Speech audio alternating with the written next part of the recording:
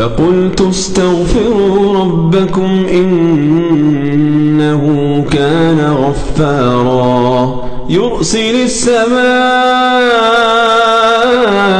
عليكم مدرارا ويمددكم بأموال وبنين ويجعل لكم جنات ويجعل لكم أنهارا.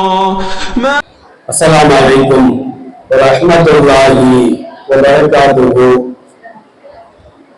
الحمد لله والصلاة والسلام على رسول الله.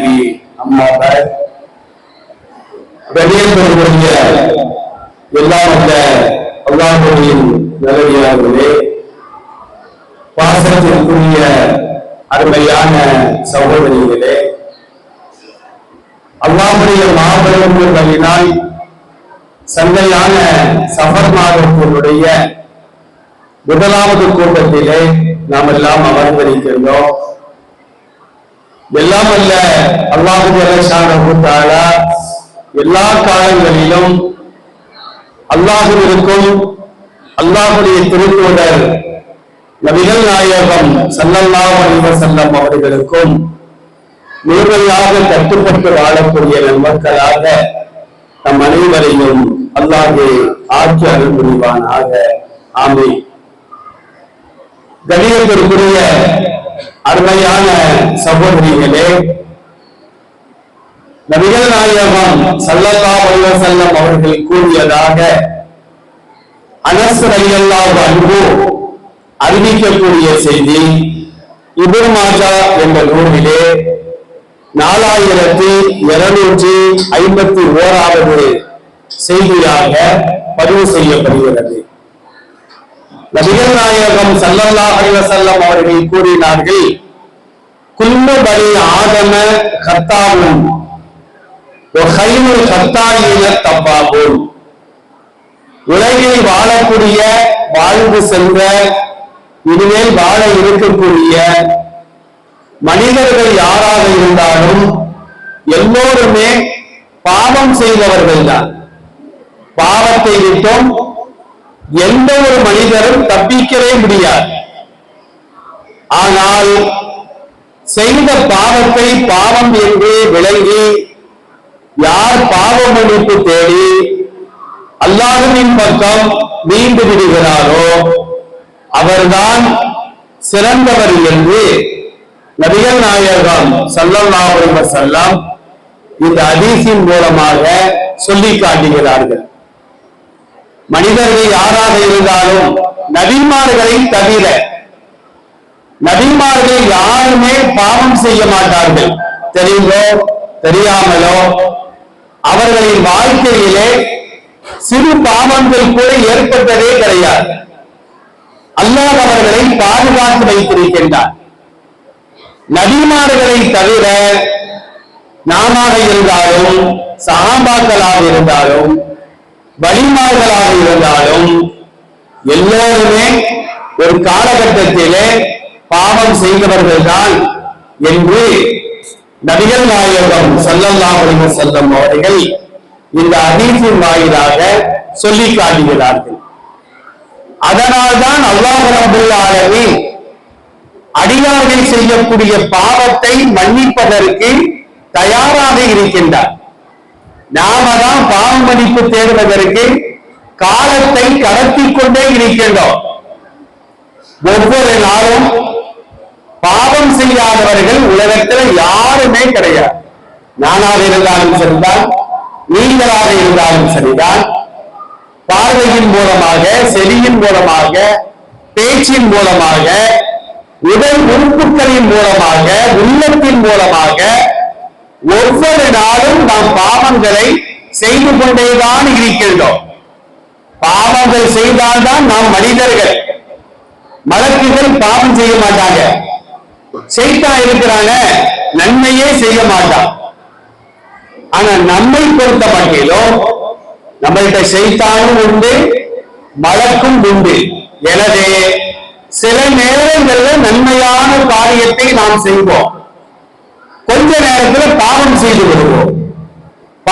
செய்வது இயல்புதான் என்றாலும் கூட அது பாவம் என்று தெரிந்தவுடன் அதற்காக வருந்தி கண்ணீர் சிந்தி அல்லாஹ்விடத்திலே மன்னிப்பு கோர வேண்டும். மன்னிப்பு கோரினால் எவ்வளவு பெரிய பாவமாக இருந்தாலும் கூட அந்த பாவத்தை மன்னிப்பதற்கு அல்லாஹ் தயாராக இருக்கின்றார் என்று நபிகள் நாயகம் ஸல்லல்லாஹு அலைஹி வஸல்லம் சொல்லி காட்டுவார்கள். அல் குர்ஆன்ல 52 இடங்களிலே அல்லாஹ் சொல்லுகின்றார், இன்னல்லாஹ கஃபூருர் ரஹீம், நிச்சயமாக அல்லாஹ் பாவங்களை மன்னிக்கக்கூடியவன், கிருபை செய்யக்கூடியவன். 52 இடங்கள்ல அல்லாஹ் சொல்லுகின்றார். அதை போன்று ஒரே ஒரு இடத்துல மட்டும் காஃபிருல் தன்பி, மனிதர்கள் செய்யக்கூடிய பாவங்களை மன்னிக்கக்கூடியவன் என்று அல்லாஹ் சொல்லுகின்றார். ஒரு 3 இடங்கள்ல அல் கஃபார், நம்ம கூட பேர் வைப்போம், அப்துல் கஃபார் அப்படின்னு பேர் வைப்போம். கஃபார்னா என்ன அர்த்தம்? பாவங்களை அதிகமாக மன்னிக்கக்கூடியவன் என்று 3 இடங்களிலே அல்லாஹ் சொல்லுகின்றார். ஒரு 18 இடங்கள்ல யக்ஃபிரு, அல்லாஹ் பாவங்களை மன்னிப்பான் என்று அல்லாஹ் ஒரு 13-18 இடங்களிலே சொல்வதாக அல் குர்ஆன் நமக்கு தெளிவாக சொல்லி காட்டுகிறது. பாவம் செய்த பின்னால நம்முடைய பாவத்தை அல்லாஹ் மன்னிப்பதாக இருந்தால், ஆண்களாக இருந்தாலும் பெண்களாக இருந்தாலும் நாம முதலாக செய்யக்கூடிய காரியம் என்ன தெரியுமா? நாம் செய்த தவறை முதலாக உணர வேண்டும். நாம செய்வது தவறுதான் அப்படின்னு உணர்வு வந்தால்தான் மன்னிப்பு தேடலாங்கிற ஒரு எண்ணமே ஏற்படும். இன்னைக்கு பெரும்பாலான மனிதர்கள் பாவங்களை செய்துவிட்டு, நான் செஞ்சது பாவமே இல்லையே, நான் நல்லதான செஞ்சேன் அப்படின்னு இருமாப்போடு இருக்கின்ற காரணத்தினால்தான் பாவ மன்னிப்பு அவங்க தேடுறதே இல்லை. அதனால முதலில் தான் செய்வது தவறுதான் என்று அவர்கள் உணர வேண்டும். இரண்டாவது என்ன அப்படின்னா, பாவத்தை நினைத்து வருந்த வேண்டும். யாருன்னா இந்த மாதிரி ஒரு பாவத்தை நான் செஞ்சுட்டேனே அப்படின்னு வருந்த வேண்டும். மூன்றாவது என்ன அப்படின்னா, அல்லாஹ்விடத்திலே இஸ்திக்ஃபார், பாவ மன்னிப்பு தேட வேண்டும். நான்காவது தௌபா செய்ய வேண்டும். இஸ்திக்ஃபார் என்பது வேறு, தௌபா என்பது வேறு. இஸ்திக்ஃபார் அப்படின்னா பாவத்திற்காக மன்னிப்பு தேடுதல். தௌபானா என்ன ஆகும்? திரும்ப அந்த பாவத்தின் பக்கம் செல்லாமல் அல்லாஹ்வின் பக்கம் செல்வது. இதற்கு பெயர் தான் தௌபா. இந்த காரியங்களை நாம் செய்தால் அல்லாஹ் நிச்சயமாக நம்முடைய பாவங்களை மன்னிப்பான் என்பதாக அல் குர்ஆனும் அல் ஹதீஸும் நமக்கு தெளிவுபடுத்தி காட்டுகின்றது. அருமையான சகோதரிகளே, நபிகள் நாயகம் ஸல்லல்லாஹு அலைஹி வஸல்லம் அவர்களை பற்றி அல் குர்ஆன்ல 48வது அத்தியாயம் 2வது வசனத்திலே அல்லாஹ் சொல்லுகின்றான், லியக்ஃபிர லக்கல்லாஹு மா தகத்தம மின் ரப்பிக்க வமா தஅக்கர். நபியே, நீங்கள் நபித்துவத்திற்கு முன்னால் செய்த பாவங்களையும் நபித்துவம் கிடைத்த பின்னால் நீங்கள் செய்த பாவங்களையும் அல்லாஹ் மன்னித்து விட்டான். ரசூலுல்லாஹ் பாவமே செய்யல. பாவமே செய்யாத ரசூலுல்லாஹை பார்த்து அல்லாஹ் சொல்லுகின்றான், நபியே, உங்கள் வாழ்க்கையில் தவறு ஏற்பட்டிருந்தால் அதை நான் மன்னித்து விட்டேன் என்று அல்லாஹ் சொல்லுகின்றார். இந்த நிலைமை எனக்கோ உங்களுக்கே கிடையாது. இப்படிப்பட்ட நபி ஸல்லல்லாஹு அலைஹி வஸல்லம் சொல்றாங்க. இப்னு மாஜாஹ்ங்கிற நூல்ல பதிவு செய்யப்படுகிறது, இன்னி லஅஸ்தக்ஃபிருல்லாஹ வ அதூபு இலைஹி ஃபில் யௌமி மியத்தமர்ரா. நான் ஒவ்வொரு நாளும் அல்லாஹ்விடத்திலே 100 முறைகள் பாவ மன்னிப்பு தேடுகிறேன். யார் சொல்லக்கூடிய வார்த்தை? பாவமே செய்யாத நபி ஸல்லல்லாஹு அலைஹி வஸல்லம் இந்த வார்த்தையை சொல்லி காட்டுகிறார்கள். ஒரு நாளைக்கு 100 முறை நான் அல்லாஹ்விடத்திலே பாவ மன்னிப்பு தேடுகின்றேன். அப்ப நாம எத்தனை முறையில் பாவ மன்னிப்பு தேடுறோம்? காலையில எழுந்த உடனேயே தவறான காட்சிகளை பார்க்கின்றோம். நம்மில் சிலர் தவறான பாடல்களை நாம் கேட்கின்றோம், தவறான வார்த்தைகளை பேசுகின்றோம், தவறான செயல்களை நாம் செய்கின்றோம். ஒரு நாளைக்கு கோடி முறைகள் நாம் பாவ மன்னிப்பு தேட வேண்டும். ஆனால் நாம் பாவ மன்னிப்பு தேடுகின்றோமா என்பதை நாம் சற்று ஆழமாக சிந்தித்து பார்க்க வேண்டும். அல்லாஹ் அல் குர்ஆன்ல பாவ மன்னிப்பு தேடுங்கள் என்று பல இடங்களிலே நம்மை பார்த்து சொல்லி காட்டுகின்றார். 11வது அத்தியாயம் சூரத்துல் ஹூத் அப்படிங்கிற அத்தியாயத்தில் 52வது வசனத்துல அல்லாஹ் சொல்லுகின்றான், நீங்கள் அல்லாஹ்விடத்திலே பாவ மன்னிப்பு தேடுங்கள். நீங்கள் பாவ மன்னிப்பு தேடினால் யுமத்திக்கும் மத்தான் ஹஸனன் இலா அஜலின் முஸம்மா, குறிப்பிட்ட காலம் வரையிலும் அழகிய வசதி வாய்ப்புகளை அல்லாஹ் உங்களுக்கு வழங்கிக் கொண்டே இருப்பான். அல்லாஹ்வை இஸ்திக்பார் தேட தேட நமக்கு தேவையான வசதி வாய்ப்புகளை அல்லாஹ் தருவான். நபி ஸல்லல்லாஹு அலைஹி வஸல்லம் சொல்வார்கள், ஒரு மனிதனுக்கு அல்லாஹ் ரிஸ்கை கொடுக்கலாம் என்று முடிவு செய்திருப்பான். அந்த ரிஸ்க் வானத்திலிருந்து வந்து கொண்டிருக்கும். அந்த நேரத்துல இந்த மனிதன் என்ன செய்வான் அப்படின்னா ஒரு பாவத்தை செய்து விடுவான். உடனே அந்த ரிஸ்க் இவனுக்கு வராம அப்படியே வானத்திலேயே நிறுத்தப்பட்டு விடும். எப்ப இவர் பாவ மன்னிப்பு தேடுகிறாரோ அப்போதுதான் அந்த வாழ்வாதாரம், அந்த ரிஸ்க் அவருக்கு கிடைக்கும் என்பதாக நபி ஸல்லல்லாஹு அலைஹி வஸல்லம் சொல்வார்கள். நாம ஒவ்வொரு நாளும் தொழுத பின்னால எவ்வளவோ அல்லாஹ்ட்ட நம்ம கேட்கிறோம், யா அல்லாஹ் நல்ல ஆபியத்தை கொடு, நல்ல வருமானத்தை கொடு, நல்ல பரக்கத்தை கொடு, சாலிகான குழந்தை பாக்கியத்தை கொடு, எங்கள் குழந்தைகளுக்கு நல்ல புத்தியை கொடு. நம்ம கேட்கிறோமா இல்லையா? அல்லாஹ் ஏன் தரமளிக்கிறான்? நாம் செய்த பாவம் எப்ப இஸ்திக்பார் தேடுகின்றோமோ அப்போதுதான் நாம் செய்த பிரார்த்தனைகளை அல்லாஹ் ஏற்றுக்கொள்வான் என்று இந்த வசனத்தின் மூலமாக அல்லாஹ் நமக்கு தெளிவுபடுத்தி காட்டுகின்றார். நூஹ் அலைஹிஸ்ஸலாமுடைய காலத்துல மழை பெய்யாமல் போய்விட்டது. அதே நேரத்துல மழை நின்று விட்டால் விவசாயம் இல்லாமல் போய்விடும், வறுமை ஏற்பட்டுவிடும், சாப்பாட்டிற்கு வழி இல்லாமல் ஆகிவிடும்.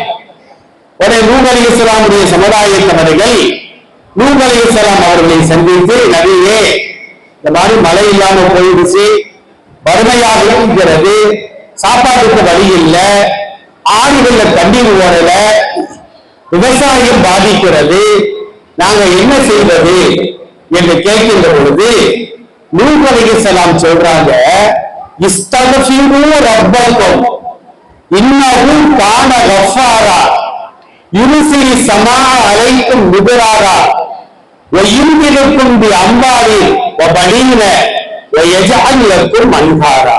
அற்புதமான வசனம். தோழர்களே, அல்லாஹ்விடத்தில் நீங்கள் பாவ மன்னிப்பு தேடுங்கள்.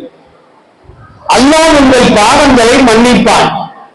மன்னித்திருப்பான் என்பதற்கு அடையாளமாக வானத்திலிருந்து உங்களுக்கு மழையை தொடர்ந்து இறக்கிக் கொண்டே இருப்பான். பருவ காலங்கள்ல மழை பெய்யவில்லை என்று சொன்னால் பயிர்கள் விளையாது.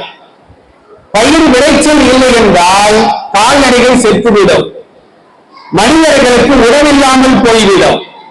அதனால மழை என்பதுதான் ரிஸ்கிக்கு ஒரு ஆதாரமாக திகழ்கிறது.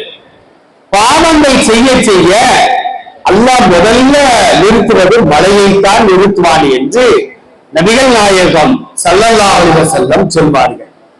அப்ப பாவ மன்னிப்பு தேடுங்க, அல்லாஹ் உங்களுக்கு மழையை இறக்கி வைப்பான். அம்பாலின் பலீன, உங்கள் பொருளாதாரத்தின் மூலமாக, உங்கள் குழந்தை செல்வங்கள் மூலமாக உங்களுக்கு அவன் பயனை தருவான், உதவி செய்வான். எத்தனையோ நபர்கள் கோடிக்கணக்கான செல்வத்திற்கு அதிபதியாக இருப்பார்கள். வீடுகள்ல பார்த்தா ஆண் குழந்தைகளாக இருப்பாங்க. ஆனா அந்த பொருளாதாரத்தின் மூலமாக, குழந்தைகள் மூலமாக அந்த பொருளாதாரத்திற்கு சொந்தக்காரருக்கு எந்த நன்மையுமே இருக்காது. குழந்தைகள் மூலமாக எந்த நன்மையும் இருக்காது. அந்த பெற்றோர்கள் சொல்வாங்கல்ல, ஒரு பெற்றோருக்கு 2 கழுதையை பெற்றிருக்கலாம், ஒரு உலக்கையை பெற்றிருக்கலாம் என்றெல்லாம் அவர்கள் பேசிக் கொள்வார்கள். அப்ப நம்முடைய குழந்தைகள் மூலமாக அல்லாஹ் நமக்கு பயனை தருவதாக இருந்தால் நாம் அல்லாஹ்வை இஸ்திக்பார் தேடணும். பெரும்பாலான பெற்றோர்கள் புலம்புவார்கள், உங்கள் குழந்தைகள் சொல் பேச்சை கேட்க மாட்டேங்கிறாங்க, சேட்டை பண்றாங்க, ரவுடிசம் பண்றாங்க, ஊதாரியாக சுத்துறாங்க, ஒரு பேச்சையும் கேட்க மாட்டேங்கிறாங்களே என்று பெற்றோர்கள் சொல்வார்கள். அதற்கு என்ன காரணம்? அல்லாஹ்ட்ட இஸ்திக்பார் தேட வேண்டும், பாவ மன்னிப்பு தேட வேண்டும். நம்முடைய பாவங்களை அல்லாஹ் மன்னித்து விட்டால் நம்முடைய குழந்தைகள் நமக்கு கண்குளிர்ச்சியான ஒரு குழந்தைகளாக மாறுவார்கள் என்று அதற்கு நூஹ் அலைஹிஸ்ஸலாம் தன் சமுதாயத்தவர்களுக்கு சொல்லக்கூடிய வார்த்தை அல் குர்ஆனிலே பதிவு செய்யப்படுகிறது. அருமையான சகோதரிகளே, சில பேர் தொழுகைக்கு அழைப்பார்கள். அவங்க என்ன சொல்லுவாங்க தெரியுமா? நாங்க எவ்வளவோ பாவம் செஞ்சிட்டோம், வட்டிக்கு மேல வட்டி வாங்கிட்டோம், அதிகமான நாட்கள் மதுநிலையை நாங்கள் மூழ்கி விட்டோம், விபச்சாரம் செய்து விட்டோம், நாங்கள் கொலைகள் செய்து விட்டோம், மற்றவர்களை ஏமாற்றி விட்டோம், அல்லாஹ் எங்கள் பாவங்களை மன்னிக்கவா போறான், நாங்க எப்படி இஸ்திக்பார் செய்ய முடியும் என்றெல்லாம் சொல்வார்கள். இவர்களுக்காக வேண்டியே அல்லாஹ் அல் குர்ஆன்ல ஒரு வசனத்தை இறக்கி வைத்திருக்கின்றார். அடியார்களே, நீங்கள் பாவத்தில் எவ்வளவு தூரம் சென்றாலும் சரிதான், நீங்கள் பாவத்தில் எவ்வளவு மூழ்கினாலும் சரிதான், அதை பாவம் என்று கருதி மன்னிப்பு தேடிவிட்டால் உங்கள் பாவங்களை அல்லாஹ் மன்னிப்பதற்கு தயாராக இருக்கின்றான். அல்லாஹ் என் பாவத்தை மன்னிக்க மாட்டான் என்று ஒருவர் அவர் நிராசை அடைவாரையானால், நம்பிக்கை இழப்பாரையானால் அவர் குற்றவாளியாக ஆகிவிடுவார். என் பாவத்தை அல்லாஹ் மன்னிப்பான் என்று அல்லாஹ்வின் மீது நம்பிக்கை வைத்து எவ்வளவு பாவங்கள் செய்திருந்தாலும் கூட யாரெல்லாம் என் பாவத்தை மன்னிச்சது அப்படின்னு ஒரு சொட்டு தண்ணீர் வடித்தால் போதும், அல்லாஹ் நம்முடைய பாவங்களை மன்னித்து விடுவான் என்று நபிகள் நாயகம் ஸல்லல்லாஹு அலைஹி வஸல்லம் சொல்லி காட்டுவார்கள். முஸ்லிம் என்ற நூல்ல 7184வது செய்தியாக ஒரு செய்தியை பெருமானார் ஸல்லல்லாஹு அலைஹி வஸல்லம் சொல்லி காட்டுவார்கள். அபூ ஸஈத் அல்-குத்ரி ரலியல்லாஹு அன்ஹு இந்த ஹதீஸை அறிவிக்கிறார்கள். முன்னிய சமுதாயத்தில் ஒரு மனிதர் கொலை செய்யக்கூடிய தொழிலை அவன் செய்து வருகிறார். அவன் தன்னுடைய வாழ்நாளில் செய்த கொலைகள் எவ்வளவு தெரியுமா? 99 கொலைகள் செய்து விட்டார். 99 கொலைகள். இந்த 99 கொலைகள் செய்த பின்னாலதான் அவள் இவ்வளவு பெரிய பாவம் செஞ்சிட்டன, இன்னும் நம்ம திரும்பி வாழ்வோம் என்று எண்ணிக்கொண்டு ஒரு மனிதரிடம் வருகின்றார். அவருக்கு வந்து கேட்கிறார், ஐயா நான் 99 கொலைகள் செஞ்சிட்டேன், இறைவன் என்னை மன்னிப்பாரா என்று கேட்கின்ற பொழுது அவர் என்ன சொன்னார் தெரியுமா? படுபாவி, என் முன்னால நீ நிக்காத, 99 கொலையை செஞ்சுட்டு அல்லாஹ் மன்னிப்பானா கேட்கிற, இந்த இடத்தை விட்டு ஓடிடு அப்படின்னு அவர் சொன்னார். இவன் பார்த்தா என்னடா இது, நல்ல வார்த்தையை சொல்வான்னு பார்த்தா நம்ம இப்படி பேசுறான்னு சொல்லி அறுவாள் எடுத்து அவரையும் போட்டுட்டான். இப்ப 99 100 கொலையா மாறிட்டு உடனே என்ன செய்யறான் அப்படின்னா, வேறு ஒரு ஆலிமிடத்தை சென்று கேட்கின்றார், மார்க்க அறிஞர்த்த. அவரு சொல்றாரு, நீ செஞ்ச பாவத்தை எல்லாம் அல்லாஹ் மன்னிப்பான், நீ இந்த ஊர்ல இருக்காத, வெளியூருக்கு போ, அங்க ஒருவர் இருக்கிறார், அவரிடம் சென்று உன்னுடைய பிரச்சனைகளை தீர்த்துக்கொள் அப்படின்ற உடனே இவன் 90 கொலைகளை செய்தவன் பாவ மன்னிப்பு தேடுவதற்காக அந்த ஊரை நோக்கி செல்கின்ற பொழுது முக்கால்வாசி தூரத்தை கடந்து விட்டார் பாவ மன்னிப்பு தேடுவதற்காக. அந்த நேரத்தில் மலத்தில் மௌத்து வந்து அவருடைய உயிரை கைப்பற்றி விடுகிறார், அவரை இறந்து விடுகின்றார். இப்ப இவன் 100 கொலைகள் செய்த காரணத்தினால் தீயவர்களின் உயிரை கைப்பற்றக்கூடிய மாணவர்கள் இவன் உயிரை எடுத்து செல்வதற்காக வருகிறார்கள். பாவ மன்னிப்பு தேடுவதற்காக இவன் வந்துவிட்டான் என்ற காரணத்தினால் நல்லவர்களின் உயிரை கைப்பற்றக்கூடிய மாணவர்களும் அங்கே வந்து இருக்கிறார்கள். அந்த 2 மாணவர்களுக்கு மத்தியில் சர்ச்சை ஏற்படுகிறது. அவங்க சொல்றாங்க, இவன் பாவி, எனவே இவன் உயிரை நாங்கள் தான் சுமந்து செல்வோம். இவர்கள் சொல்கிறார்கள், இல்லை இல்லை, இவன் பாவ மன்னிப்பு தேடுவதற்காக புறப்பட்டு வந்துவிட்டான், இவன் பாவங்கள் மன்னிக்கப்பட்டு விட்டது, இவன் உயிரை நாங்கள் தான் கைப்பற்றுவோம். நல்லவர்களின் ரூலை கைப்பற்றக்கூடிய மாணவர்கள் சொல்கிறார்கள். இந்த நேரத்தில் அல்லாஹ் என்ன செய்யறான்னா 3வது மாணவரை அனுப்பி வைக்கின்றார். அவங்க வந்து சொல்றாங்க, இவன் கடந்து வந்த தூரம் அதிகமா, கடக்க வேண்டிய தூரம் அதிகமா, நீங்கள் அளந்து பாருங்கள். கடந்து வந்த தூரம் அதிகமாக இருக்குமானால் இவன் பாவத்தை எல்லாம் அல்லாஹ் மன்னித்து விட்டார் என்று சொன்னவுடன் அவர்கள் அளந்து பார்க்கிறாங்க, கடந்து வந்த தூரம் தான் அதிகமாக இருக்கிறது. எனவே இவன் பாவம் மன்னிக்கப்பட்டிருக்க காரணத்தினால் நல்லடியார்களின் ரூபை கைப்பற்றக்கூடிய மாணவர்கள் அவன் ரூபை கைப்பற்றி சென்றார்கள் என்று நபிகள் நாயகம் ஸல்லல்லாஹு அலைஹி வஸல்லம் சொல்லி காட்டுவார்கள். அதனால நாமோ நம்முடைய கணவன்மார்களோ நம்முடைய உடன்பிறப்புகளோ இத்தனை ஆண்டு காலம் தொழுகவில்லை என்றாலும், இத்தனை ஆண்டு காலம் பாவங்கள் செய்திருந்தாலும் அந்த பாவத்தை எல்லாம் ஒரு பக்கமாக வைத்துவிட்டு என் ரப்பு என்னை மன்னிப்பா அப்படிங்கிற எண்ணத்தோடு அவர்கள் மன்னிப்பு தேடுவார்களே ஆனால் அவர்கள் செய்த பாவம் எவ்வளவு பெரிய பாவமாக இருந்தாலும் கூட அதை அல்லாஹ் மன்னிப்பான் என்று நபிகள் நாயகம் ஸல்லல்லாஹு அலைஹி வஸல்லம் சொல்லி காட்டுவார்கள். நாம அல்லாஹ்ட்ட பாவ மன்னிப்பு தேடும் பொழுது அல்லாஹ் சந்தோஷப்படுகின்றார். ரசூல் ஸல்லல்லாஹு அலைஹி வஸல்லம் ஒரு சம்பவத்தை சொன்னார்கள். ஒரு மனிதர் ஒரு குதிரையிலே தனக்கு தேவையான உணவையும் தனக்கு தேவையான குடிமானங்களையும் வைத்துக் கொண்டு ஒரு காட்டின் வழியாக பயணம் செல்கிறார். பயணம் செல்லும் பொழுது அவருக்கு கடுமையான தூக்கம்.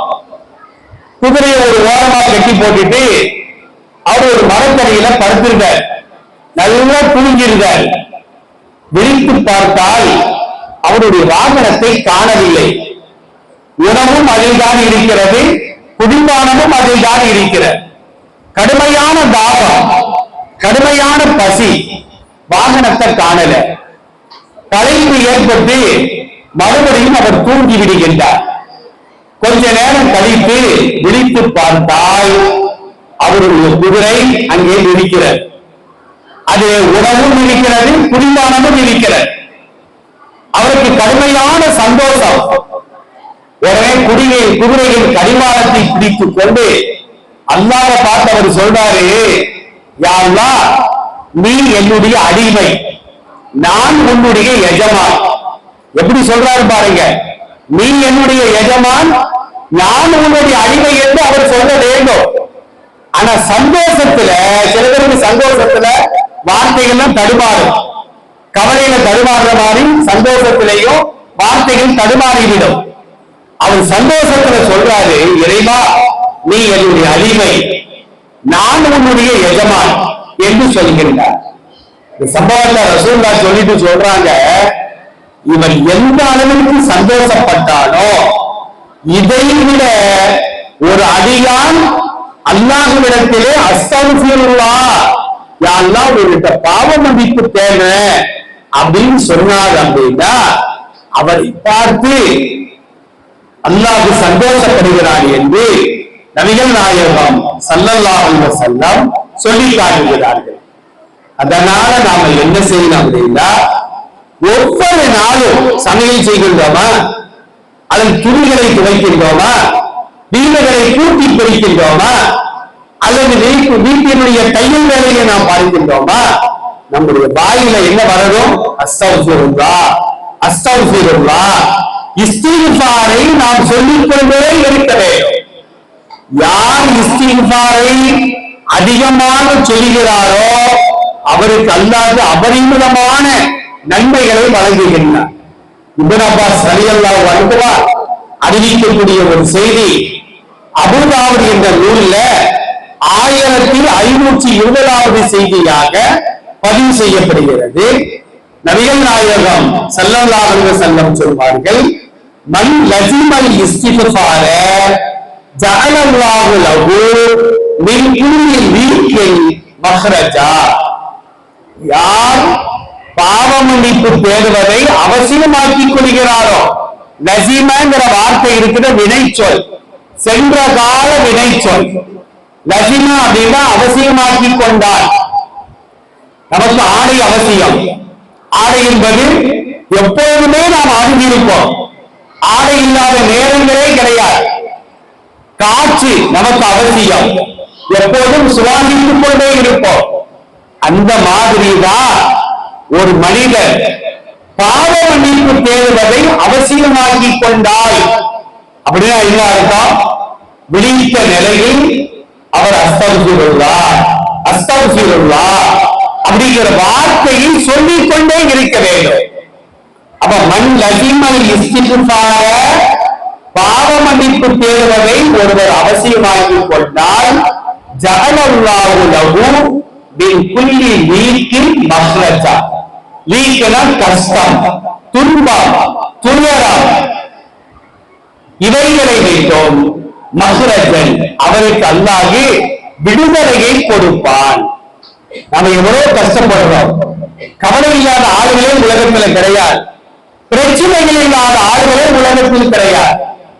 அந்த மாதிரி நபர்கள் என்ன செய்யணும் அப்படின்னா அஸ்தக்ஃபிருல்லாஹ் அஸ்தக்ஃபிருல்லாஹ் அப்படிங்கிற இஸ்திக்ஃபாரை நாம் செய்து கொண்டே இருந்தால் எதை குறித்து நாம் கவலைப்படுகின்றோமோ, எது நமக்கு சிரமத்தை தந்து கொண்டிருக்கின்றதோ அந்த சிரமத்தை விட்டும் கவலைகளை விட்டும் அல்லாஹ் நமக்கு கூடிய சீக்கிரத்துல மஹ்ரஜா விடுதலையை கொடுப்பான் என்று நபி ஸல்லல்லாஹு அலைஹி வஸல்லம் சொல்லுகிறார்கள்.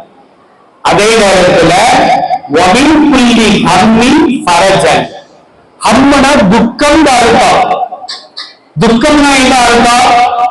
நடந்து முடிந்த ஒரு காரியத்தை நினைத்து நினைத்து வருத்தப்படுவது, அதுக்கு பேர் தான் துக்கம்.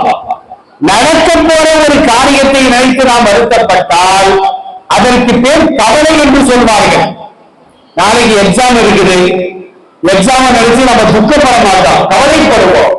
நாளைக்கு பரீட்சை இருக்குது, ஒழுங்கா நம்ம எழுதுவோமா எழுத மாட்டோமா, நாளைக்கு நம்ம குடும்பத்துல ஒரு ஆளுக்கு அறுவை சிகிச்சை நடைபெற போகிறது, அது வெற்றி பெறுமா தோல்வி அடையுமா, இப்படி நினைத்து நாம் வருத்தப்பட்டால் அதற்கு பேர் கவலை. நடந்து முடிந்த ஒரு காரியத்தை நினைத்து வருத்தப்பட்டால் அதற்கு பெயர் துக்கம். இந்த கவலையும் துக்கமும் நம்மை கொன்றுவிடும். அதுதான் நபி ஸல்லல்லாஹு அலைஹி வஸல்லம் அல்லாஹ்வை துஆ செய்வாங்க. அல்லாஹும்ம இன்னி அஊது பிக்க மினல் ஹம்மி வல் ஹஸன். யா அல்லாஹ், துக்கத்தை விட்டோம் கவலையை விட்டோம் உன்னிடத்தில் பாதுகாப்பு தேடுகிறேன். அல்லாஹ்ட்ட தமிழ்லே நம்ம கேட்கலாம், யா அல்லாஹ் எனக்கு கவலையாக இருக்கிறது, துக்கமாக இருக்கிறது, என்னுடைய கவலையை போக்கி துக்கத்தை போக்கி என்று நாம் அல்லாஹ்விடத்தில் துஆ செய்வதோடு அதிகமான இஸ்திக்ஃபாரை நாம் செய்து வந்தால் நம்முடைய கவலைகளும் குறை தெரியப்படும். நம்முடைய துக்கங்களை துணை தெரியப்படும் என்பதாக நபிகள் நாயகம் ஸல்லல்லாஹு அலைஹி வஸல்லம் சொல்வார்கள்.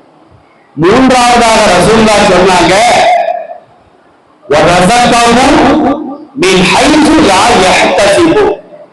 அவன் அறியாத புறத்தில் இருந்து அல்லாஹ் அவனுக்கு வாழ்வாதாரத்தை கொடுப்பான். வாழ்வாதாரம் அப்படின்னா என்ன அர்த்தம்? குழந்தை செல்வம், நல்ல ஆரோக்கியம், நல்ல கணவன், நல்ல மனைவி, நல்ல உறவினர்கள், நல்ல ஆடை, நல்ல சுவாசிப்பதற்கு காற்று, இவையெல்லாம் ரிஸ்கை கட்டுப்படும், வாழ்வாதாரத்தில் கட்டுப்படும். சில பேருக்கு அதிகமான செல்வம் இருக்கும், ஆனா கணவன் சரி இருக்க மாட்டாங்க. கணவன் சரியா இருந்தா மனைவி சரியா இருக்க மாட்டாங்க. கணவன் மனைவி நல்லா இருந்தா பிள்ளைகள் உருப்படியா இருக்காது. அது எல்லோரும் உருப்படியாக இருந்தால் உறவினர்கள் துரோகம் செய்யக்கூடிய துரோகிகளாக இருப்பார்கள். இந்த மாதிரி உள்ளவங்க நாம் அதிகமாக பாவ மன்னிப்பு தேடினால் இவைகளை விட்டும் அல்லாஹ் நமக்கு நல்ல வாழ்வாதாரத்தை கொடுப்பான் என்று நபிகள் நாயகம் ஸல்லல்லாஹு அலைஹி வஸல்லம் சொல்லி காட்டுகின்றார்கள். மற்றொரு செய்தி என்ன அப்படின்னா, மறுமை நாள் ஆகிரத்துல நம்முடைய அமல்கள் பதிவு செய்யப்பட்ட 7. நம்ம உலகத்துல சுப்ஹானல்லாஹ் ஒரு சுப்ஹானல்லாஹ் சொன்னாலும் அதையும் அல்லாஹ் பதிவு செய்து வைப்பான். ஒரு பொய் சொன்னாலும் அதையும் அல்லாஹ் பதிவு செய்து வைப்பான். இந்த அமல்களின் 7 இருக்குத, இதை நாளைக்கு அல்லாஹ் உங்களுக்கு என்ன செய்வானா, சில பேருக்கு வலது கையில தருவான், சில பேருக்கு இடது கையில கொடுப்பான், சில பேருக்கு முதுகுக்கு பின்னால கொடுப்பான். ஆயத்துகள்ல குர்ஆனுடைய வசனங்கள்ல இந்த செய்திகள் பதிவு செய்யப்படுகிறது. யாருக்கு வலது கையில் கொடுக்கப்பட்டதோ அவர்கள் சந்தோஷமாக அதை பெற்றுக்கொண்டு சுவர்க்கத்திற்குள்ளால் நுழைவார்கள் என்பதையும் அல் குர்ஆன் கூறுகிறது. யாருக்கு இடது கையில் கொடுக்கப்பட்டதோ, யாருக்கு முதுகுக்கு பின்னால் கொடுக்கப்பட்டதோ அவங்க எல்லாம் என்ன சொல்வாங்க தெரியுமா? இதை எங்களுக்கு அல்லாஹ் தந்திருக்கவே வேண்டாம, எங்களுக்கு ஏற்பட்ட கைசேதமே என்று அங்கலாய்த்துக் கொள்வார்கள் என்பதையும் அல்லாஹ் அல் குர்ஆன்ல சொல்லி காட்டுகின்றார். இப்ப அந்த 7 வாங்கின உடனே நானும் நீங்களும் என்ன செய்வோம் அப்படின்னா அதை திறந்து பார்ப்போம். பள்ளிக்கூடங்கள்ல தேர்வு தாளை, திருத்தப்பட்ட தாளை ஆசிரியர்கள் தரும் பொழுது அதை வாங்கி நாம என்ன செய்வோம்? திறந்து பார்ப்போம். ஒழுங்கான மதிப்பெண்கள் போட்டிருக்காங்களா அப்படின்னு நம்ம திறந்து பார்ப்போம். நல்ல மதிப்பெண்கள் கிடைத்திருந்தால் சந்தோஷப்படுவோம். மோசமான மதிப்பெண்கள் தரப்பட்டிருந்தால், சார் ஏன் சார் எல்லாம் நீங்க தாரீங்க, எங்களை தராமலே நீங்க கிழிச்சு போட்டுக்கிறாங்க அப்படின்னு நாம சொல்லுவோம். இப்ப அந்த ஏட்டை வாங்கி பார்க்கும் பொழுது யாருடைய ஏட்டில அதிகமான இஸ்திக்ஃபார்கள் பதிவு செய்யப்பட்டிருக்கிறதோ அவர்கள் சந்தோஷப்படுவார்கள். அவர்களுக்கு நற்செய்திகள் சொல்லப்படும். நீங்க எல்லாம் சொர்க்கத்துக்கு போங்க. நபி ஸல்லல்லாஹு அலைஹி வஸல்லம் சொல்றாங்க, துன்பா லிமன் வஜத ஃபீ ஸஹீஃபத்திஹி இஸ்திக்ஃபாரன் கஸீரா. யாருடைய ஏட்டில் அதிகமான பாவ மன்னிப்பு பதிவு செய்யப்பட்டிருக்கிறதோ அவருக்கு நற்செய்தி உண்டாகட்டும், சுபசோபனம் உண்டாகட்டும். என்ன நற்செய்தி? அல்லாஹ் சொல்வானா, இதையெல்லாம் கொண்டு நீ சொர்க்கத்துக்கு போப்பா, நீ செய்த பாவங்களை எல்லாம் நான் மன்னிச்சுட்ட என்று அல்லாஹ் கூறுவான் என்று நபிகள் நாயகம் ஸல்லல்லாஹு அலைஹி வஸல்லம் இந்த ஹதீஸின் மூலமாக நமக்கு சொல்லி காட்டுகிறார்கள். அருமையான சகோதரிகளே, இஸ்திக்பார் தேடுவதற்கு ஒரு அவசியம் இல்லை. கிப்லாவை நோக்கித்தான் இஸ்திக்பார் செய்யணும் என்பதும் அவசியம் கிடையாது. சுத்தமில்லாத நேரங்களிலேயோ நாம இஸ்திக்பார் செய்யலாம். அதே நேரத்தில் நடந்து கொண்டும், உட்கார்ந்து கொண்டும், படுத்துக் கொண்டும், வாகனித்துக் கொண்டும் நாம இஸ்திக்பார் செய்யலாம். மார்க்கத்தில் கூறும், குறிப்பாக தொழுகையில நாம இஸ்திக்பார் செய்ய வேண்டும். நாம தொழுகையில ஒவ்வொரு ரக்காத்திலையும் 2 சஜ்தா செய்கின்றோம். 2 சஜ்தா செய்யல கொஞ்ச நேரம் உட்கார்றோம். சில பேர் அப்படி உட்கார்ந்து கூட கிடையாது. இந்த தாத்தா குத்துற மாதிரி, பறவைகள் குத்துற மாதிரி ஒரு சஜிதாவுக்கு வந்தவன் எழுந்த உடனே டக்குன்னு 2வது சஜிதாவுக்கு போயிடுவாங்க. அப்படி செல்வது கூடாது. அந்த தொழுகையை அல்லாஹ் ஏற்றுக்கொள்ள மாட்டான். 2 சஜிதாவுக்கு இடையில ஒரு 5 வினாடிகளாவது நாம் அமர வேண்டும். அந்த நேரத்தில் நாம என்ன சொல்றோம் தெரியுமா? ரப்பி ஃபிர்லி வர்ஹம்னி, இறைவா என் பாவத்தை மன்னித்து விடு, என் மீது இரக்கம் காட்டு. அந்த நேரத்தில் செய்யக்கூடிய துஆ இருக்கு பாருங்க, அதை அல்லாஹ் ஏற்றுக்கொள்வான்.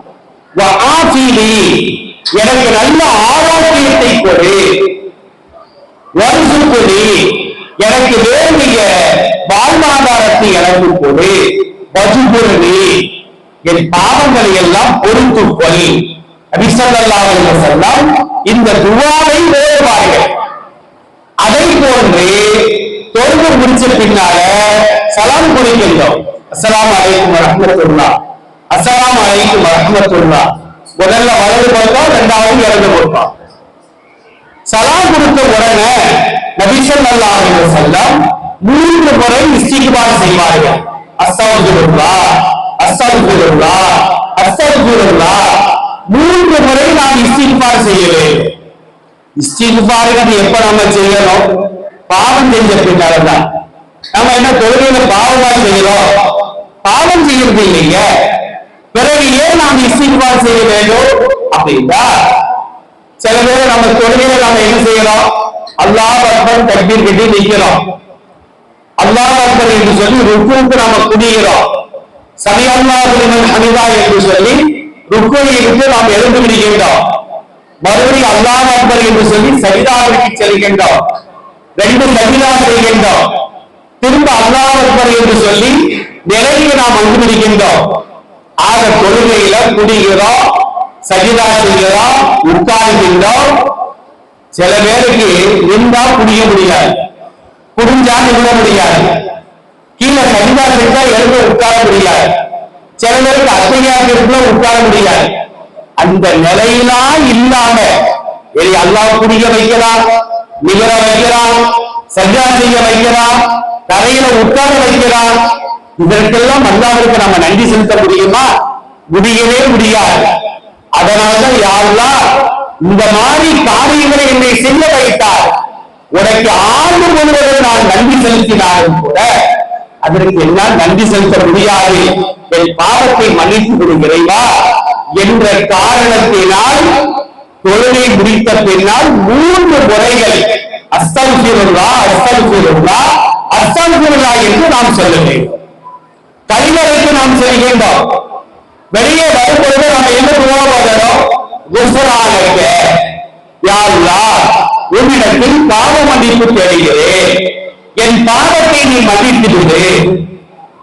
அதே நேரத்தில் அல்ஹம்துலில்லாஹில்லதி அன்தப அன்னியல் அதா வ ஆஃபால், உனக்கே எல்லா புகழும், என்னிடத்திலிருந்து எதை வெளியாக்க வேண்டுமோ அதையெல்லாம் நீ வெளியாகி விட்டாய், எனக்கு நல்ல சுகத்தை தந்தாய் என்று நாம் அல்லாஹ்வை புகழ்கின்றோம், பாவ மன்னிப்பு தெரிகின்றோம். கலிமறைக்கு சென்ற பின்னால வந்த பின்னால ஏன் நாம் அல்லாஹ்ட்ட பாவ மன்னிப்பு தேடுறோம்? ஏன் நாம் அல்லாஹ்வை புகழ்கின்றோம் அப்படின்னா, கலிமறைக்கு சென்றவுடன் எது வெளியாக வேண்டுமோ அந்த அசுத்தம் வெளியாகவில்லை என்று வைத்துக் கொள்வோம். அல்லாஹ் பாதுகாக்க வேண்டும். சில பேருக்கு சிறுநீர் போகாது, மருத்துவமனைக்கு கொண்டு போனாங்க அப்படின்னா ஒரு முறை சிறுநீரை வெளியாகுவதற்காக ஆயிரக்கணக்கான பணங்கள் செலவாகிறது. ஒரு முறை சிறுநீரை வெளியாக்குவதற்காக சில பேருக்கு நிரந்தரமா ஒரு பையை கொண்டு விட்டுருவாங்க. எவ்வளவு சிரமங்கள்! அந்த மாதிரி சிரமங்கள் இல்லாம நம்ம உள்ள போய் உட்கார்ந்த உடனே மலஜலங்கள் வெளியாகி விடுகிறது. இதற்கெல்லாம் அல்லாஹ்வுக்கு நன்றி செலுத்த முடியுமா? நிச்சயமாக முடியாது. அதனால்தான் நம்ம அல்லாஹ்ட்ட மன்னிப்பு கேட்கிறோம். யா அல்லாஹ் வெளியாக்க வேண்டியதை வெளியாக்கி விட்டு உள்ளே வைத்ததை நீ உள்ளே வைத்து விட்டாய், உனக்கு நான் நன்றி செலுத்த முடியாது இறைவா, என் பாவங்களை நீ மன்னித்து விடு என்று அல்லாஹ்விடத்தில் பாவ மன்னிப்பு தேட வேண்டும் என்று நபிகள் நாயகம் ஸல்லல்லாஹு அலைஹி வஸல்லம் இந்த ஹதீஸின் மூலமாக நமக்கு சொல்லி காட்டுகிறார்கள். அதனால நாம எப்பொழுதும் நம்முடைய வாயில அஸ்தக்ஃபிருல்லாஹ் அஸ்தக்ஃபிருல்லாஹ் அப்படிங்கிற அந்த வார்த்தை உச்சரித்துக் கொண்டே இருக்க வேண்டும். நம்முடைய பாவங்களை அல்லாஹ் மன்னித்து விட்டால் நாம் விரும்பியதை கேட்டதை அல்லாஹ் நமக்கு தருவான், நாம் கேட்காததையும் அல்லாஹ் நமக்கு தருவான் என்பதை நபிகள் நாயகம் ஸல்லல்லாஹு அலைஹி வஸல்லம் சொல்லி காட்டுகிறார்கள். எல்லாம் அல்லாஹ் தஆலா நாம் பேசியதின் பிரகாரம் கேட்டதின் பிரகாரம் பாவங்களை விட்டு ஒதுங்கி வாழக்கூடிய அற்புதமான ஒரு பாக்கியத்தையும் செய்த பாவங்களுக்காக மன்னிப்புகள் தேடக்கூடிய அந்த நல்ல நசீபையும் அல்லாஹ் நம் அனைவருக்கும் முழுமையாக தங்கள் வருமானாக. வாஹிரு தஅவானா அனில் ஹம்துலில்லாஹி ரப்பில் ஆலமீன். அஸ்ஸலாமு அலைக்கும் வ ரஹ்மத்துல்லாஹி வ பரகாத்துஹு.